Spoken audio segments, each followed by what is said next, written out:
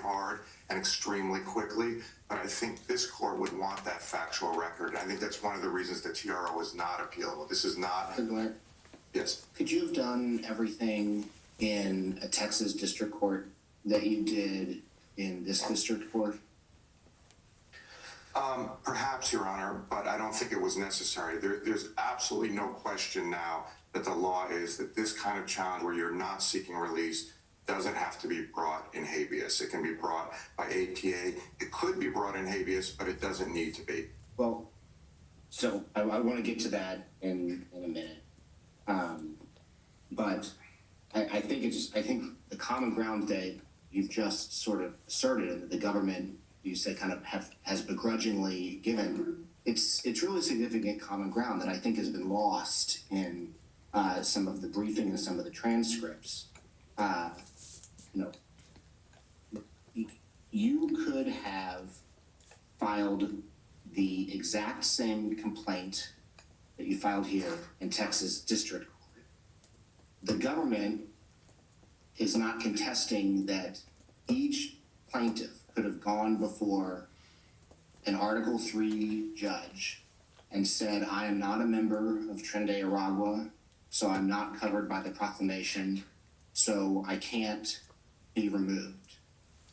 And could have done that. I think you would both agree that the plaintiff could have done that with the habeas petition. I know you push back and say it doesn't have to be a habeas petition, but I think you would agree that everything I just said is true and that it could have been done through a habeas petition. Is that right? Well, Your Honor, yeah, I mean, I don't think it's insignificant that it didn't have to be by habeas and that we have to, or plaintiffs, we can choose our venue, but I want to address your question specifically. We could have filed a class, perhaps, a class habeas, if that's what you mean, but we certainly weren't looking just to get our 5 individuals from being sent to a Salvadoran prison. So this would have had to be a class. If the government is suggesting that we could have gone in there for every individual, absolutely not. We did not know who has been designated. This has all been done in secret. The president signed. I think you're going beyond what my question was. Okay, and I'm not sure the government would agree that you can certify a class in habeas. Oh, exactly. I would agree with that. Either it's that more of an open question that we would need to look into. But on Saturday early afternoon, you asked the district court to enjoin the removal of the 5 named plaintiffs. The district court did. A Southern District of Texas court could have done that as well, right? So I just want to factually. Okay. We filed it at 2 a.m, whether it's Friday night or Saturday morning. The district court in the early morning enjoined the 5 named plaintiffs. The class papers had already been filed with the complaint at 2 a.m, both complaint for declaratory injunctive relief and habeas, with class papers seeking a TRO for the class. The district court then held a hearing at 5 p.m. to decide whether his TRO was going to apply to the whole class. Absent a class TRO, we would have had far more people sitting in a Salvadoran prison. I get that, but my question is not about what the district. My question for now is not about what the district court did. It's just about whether everything the district court did, which you just described, and I was off by a few hours, but it was Saturday. Right. It was a long Saturday. Everything that happened that the district court did, a Southern District of Texas district court could have done. Assuming they would do it as a class, yes. So I think that nicely tees up where the real dispute is, because you're not saying you couldn't have done all this in Texas, and the government is saying, A, this has to be habeas, and habeas has to be in the district where the detainee is detained, and that would be Texas. So I know you disagree with both of those things, but I think the government, I think there's some common ground. There's common ground now that there has to be process, although I still see the government accepting it grudgingly, because this whole pre-deprivation thing, we're talking about people being sent to El Salvador, one of the worst prisons in the world, incommunicado. They're essentially being disappeared. The president of El Salvador has now said maybe they're going to spend the rest of their lives there. the government has provided zero ability to bring habeases. It would have had to have been done by a class. And to the extent the government's saying going forward, we'll give you process, I have not heard one word about them giving us advance notice. At this point, everyone who's detained can bring, would you say that at this point, everyone who's detained can bring a habeas petition? Because of the TRO by Judge Boasberg only. And that is even assuming, and I don't think this is true, that everyone has been clearly designated, that we know exactly who the government thinks falls under the proclamation. And therefore, if they didn't file a habeas right away, they could be put on a plane. And so I certainly don't think this is the way it would go about with individual habeases. You know, and if the TRO were lifted, there wouldn't be a meaningful way to bring habeas. I think the government is going to put people back on a plane immediately, just as they did. The whole thing has played out in secret. The president is supposed to make a public proclamation. He signed it on March 14th. It wasn't published till the afternoon of March 15th. People were already being lined up to be brought to planes. So I think we're dealing with something that is illusory, and that's even if we accept that habeas can be brought. But I mean, we know it can be brought because you brought it. You filed a habeas. It could be brought by habeas, but it doesn't have to be. And I think Let's go to that, whether it has to be. Right. And I think perhaps reasonable people can disagree about this. I think it's hard to get around LeBeau v. Christopher. The district court addressed it today. I'm sorry, hard to. LeBeau, I may be pronouncing Yeah. it wrong. So that Can I just read? Yeah, sure. I'm sorry. Says, of course, the plaintiff's focus is not explicitly on their present custody. That's very similar to this case where you're saying, we're not asking to be let out of detention. We're just saying don't transfer us to one of these other countries. Says, of course, the plaintiff's focus is not explicitly on their present custody. They claim the nature of the relief requested is different here since they have not formally sought a release from custody as in the habeas action. But, the report goes on, we have rejected precisely such effort to manipulate the preclusive effect of habeas jurisdiction. So I think that's a tough precedent for you where LeBeau was, as I understand it, was about to be extradited to Canada, didn't want to be extradited to Canada, could have filed in Illinois where he was detained, actually did file a habeas petition there, filed in DDC, and our court said, no, you can't bring this suit in DDC. You have to bring a habeas suit in Illinois to challenge not your detention, your transfer to Canada. Yeah, Your Honor, a few things about LeBeau that I want to sort of broaden it. LeBeau is an extradition case. The extradition has for 225 years had its own case law, but I think the key in LeBeau that the court understood was that they were in fact seeking release through their other habeas. So it seemed a little bit like they were trying to circumvent the habeas. I think that's why it's different. But the case law is voluminous that you don't have to bring a habeas unless it's a core habeas challenge to release. And I just want to touch on Therasingham for a second, that Judge Millett brought up. Therasingham, the government walked into the Supreme Court and said the only time habeas can be used is when you're seeking release from detention. You can't challenge your removal. That was ultimately what the Supreme Court accepted. That was the holding. That's on top of case after case after case saying, if you're not seeking release, and I want to be 100% clear, no class member is seeking release. Judge Boasberg was absolutely clear that his order will not stop anybody from being prosecuted, anybody from being detained, allowing anybody to be released, allowing anybody. And I don't know the answer to this question. I tried to ask the government. Yeah. I think maybe they didn't know yet. You may not know either, and suspect you haven't talked individually with every one of your class members. But do you know if anyone is currently being detained under the Alien Enemies Act proclamation and not being detained under any other legal ground? I don't know the answer to that. I suspect that most people, maybe all of them, are being detained on the immigration laws because they were in proceedings.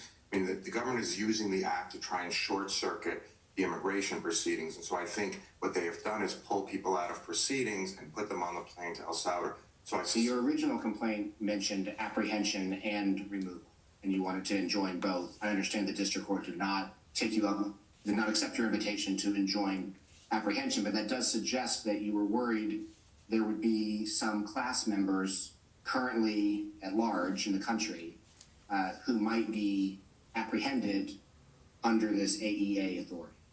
So, Your Honor, I think to the extent that that language is in there, it may be inartful, but we're 100% clear with Judge Boasberg, and he has been 100% clear. We are absolutely not trying to get anybody out of detention, stop anybody's removal, stop anybody's prosecution. And I think that goes to the larger point. This is a very specific statute, a wartime statute dealing with a very specific problem. It does not bar any of their authority for prosecuting or removing these individuals, much less have to do with anything about stopping ships in China. Can I ask you about Munaf v. Garin? Because I do understand how you can read it to help the government here, and you can read it to help you here. I think the government is saying the first thing the Supreme Court held there was there is habeas jurisdiction.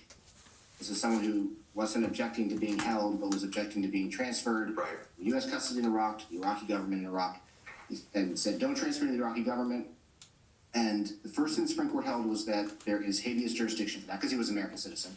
And then said, in your habeas cause of action, you lose on the merits, right? Because we're going to respect the Iraq's kind of what they said is Iraq's exclusive jurisdiction to punish offenses against the laws committed within its borders. So we have habeas jurisdiction, and habeas is your cause of action. But with that cause of action, you lose on the merits because of Iraq's exclusive jurisdiction to punish offenses against its laws committed within its borders. And if that's how it's read, it seems like Munaf is a pretty good precedent for the government saying, look, if you want to challenge your transfer from U.S. custody to another nation's custody, your cause of action is habeas. Well, I think two things about it, Your Honor. One is Munaf said you could do habeas. It didn't say you must habeas. And I think that's the difference in these core habeas cases. Whether you could bring it in habeas, you often can bring it in habeas, but then whether you must bring it in habeas. So we understand the Chief Justice to be saying in that case, I think it was fairly clear, the last thing you want is simple release. Right. And so I think that's why Munaf doesn't answer the question. And Thursingham, of course, is the most recent precedent from the Supreme Court. On the not having to bring it as habeas, the district court understands your cause of action to be an APA cause of action. I think the government says this is a presidential proclamation. It's different than an agency proclamation. I think last time I was on a panel and you were the attorney, it was an agency proclamation. And you can bring, we see every day in this court challenges to agency order under the APA. But if there's a challenge to a presidential order, the APA is not typically the vehicle for that. And Franklin v. Massachusetts says, at least as a general matter, it can't be. I think what you'll say is, at least on the individualized determinations of whether the class members are part of Tren de Aragua, you're going to use the APA to challenge decisions that are being made by lower level officials. To me, that, if true, just indicates that there's not the type of commonality for a class that you need in order to certify this. Right, Your Honor. So a couple of things. One is, I think we cited multiple cases that say even where there's a presidential proclamation, you can challenge its implementation by the agency. But to your common question, our common questions are obviously first whether the AEA can be used at all against a non-foreign government. But the second question is, are they entitled to process? So at some point, if there's individual determinations about whether you fall within the proclamation, those obviously will be all common. But the initial question that we're fighting with the government about, and they're still, I think, grudgingly only conceding it, is whether they're entitled to some process. They clearly have not been given process, but for this action, I don't think the government would be conceding what it had to concede. What's the status of the habeas petitions in Texas, the ones that have been filed and that are ongoing? Yeah, that's a good question, Your Honor. We've been trying at council table to find out a little bit about where they are. I think they're generally on hold. Those individuals, there were few habeas petitions, very few people who happen to sort of guess that maybe their person is going to be designated. But for the vast majority of people, they haven't been designated. I wanted to also clear up one point of confusion. The government keeps reading from the transcript at page 41 that the judge's initial TRO, I mean, the judge has obviously made clear this morning what his TRO is principally based on. But the judge's hearing transcript on Saturday night was very clear that he was also talking about process, and that's at pages 29 and 30, starting at line 25, Your Honor, where he was very specifically talking about process, and footnote 17 in Ludecky that said you have to be able to contest whether you fall within the proclamation. So I'm sorry. I want to ask about, I guess this goes to some degree, I think it goes to the irreparable harm the government asserts. Right. And to some degree to maybe larger issues. And so the question I'm going to ask you is going to sound like I have some skepticism about what the district court did on Saturday. I want to preface that by saying we've had a week to look at this issue, and it's been hard. And the district court only had a day. Right. About a decade ago, one member of this court, long before I was on it, talked about district judges having to deal with Guantanamo issues. So they were difficult and intricate and complicated and novel. And he said even when this court might disagree with the district court decision, that disagreement is with respect for the dedicated work of the district court. These matters. That said, I'm wondering if you can point me to a district court TRO or injunction that survived appeal, that stopped an ongoing, partially overseas national security operation in the way that this, at the time at least, did order planes to take foreigners from international waters to the United States. Your Honor, so to start with, the order about him bringing people back, potentially bringing people back, is not for you. And I think there's a lot of factual development. And I don't know how much this court is aware, but there have been emergency proceedings almost every day. And I think the district court has not been pleased with how the lack of forthcoming attempt. I just, that though. Yeah, and so with that, There's this declaration by, it says that he's been at the State Department since 1971. How was that? 54 years ago. My math is right. That's quite a lot of experience at the State Department. Now he's a career State Department official, head of the Western Hemisphere's Affairs Bureau. And he says that this TRO is, quote, harming the foreign policy of the United States. It comes after, quote, intensive and delicate negotiations with El Salvador and the Maduro regime, risk the possibility that those governments will change their minds. It gives them leverage for renegotiation. And he warns, quote, these harms could arise even in the short term. So, I mean, those concerns are ongoing. I understand that there are no longer planes in the air that are being ordered to return to the United States with foreigners that the executive branch doesn't think should be in the United States. I guess just maybe from a 10,000-foot perspective, I thought about when Justice Douglas enjoined the bombing of Cambodia, but it didn't go very well. The Supreme Court reversed him in about 6 hours. I found a couple other injunctions that are somewhat analogous, but they didn't survive appellate review either. Can you, standing here, give us an example of a district court injunction that enjoined a national security operation partially overseas that survived appellate review? Well, Your Honor, I want to push back on the overseas part because I don't think the order to return the planes is before you. So what we're talking about is not sending people, and that is Foreign policy straight removal. negotiations with the Maduro regime. So let me address that. So, Well, yeah, I know. I will not stop you from having a conversation. All right, everyone, we have been listening.